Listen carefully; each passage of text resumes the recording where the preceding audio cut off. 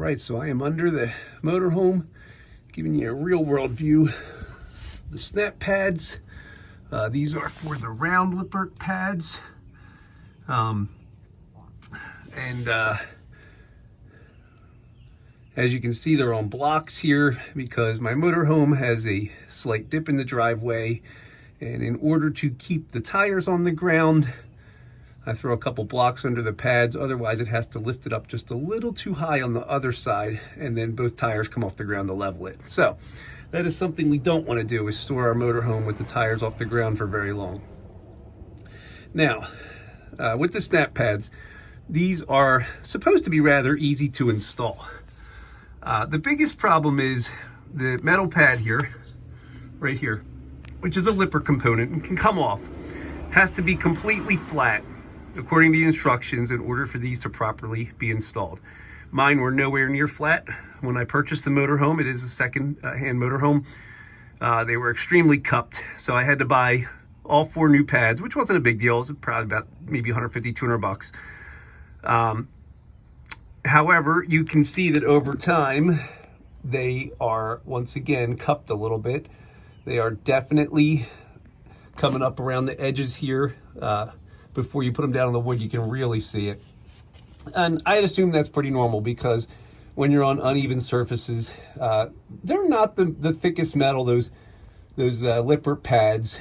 And as you're on uneven terrain, they're going to take the weight of the RV, and they're going to adapt to the contours of the terrain rather than basically staying flat. So not unexpected.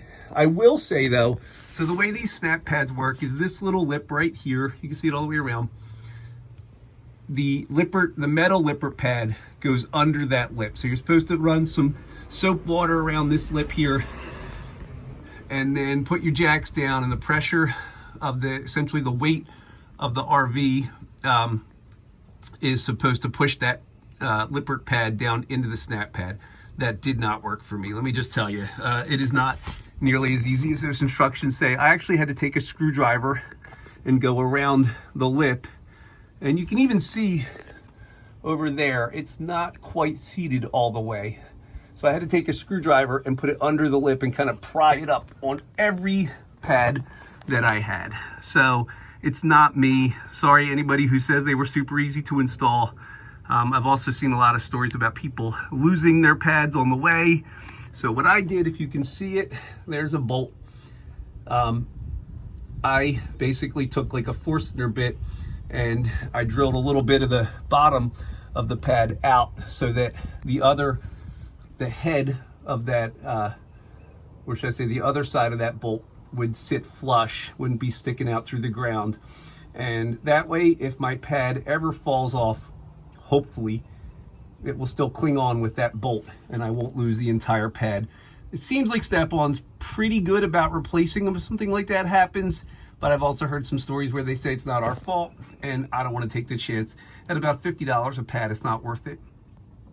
Do I feel they're worth it? Yeah, it is a lot easier than climbing under here every time I go to a campsite, which for the most part, we stay in places that are not boondocking, they're not really grassy and dirt areas. I've been on those before. For the most part, we stay on flat ground, whether it be a concrete pad or even rocks that are rather flat. But I do think that the pads are worth it because I don't have to get under and put blocks under all the time. These, and you can see from this motorhome, these are probably about 2 feet underneath. And as I get older, it's a real pain to get under here. So yeah, I do think snap pads are worth it. Do I think you need to put some extra security on them? Yes.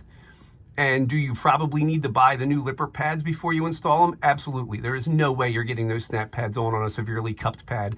They are very hard to bend, and there's just no way that you're going to, with any kind of hand strength or any helper, you're not going to get the snap pads on a cupped Lippert pad. So you kind of have to consider that expense along with the snap pads unless you have a brand new motorhome.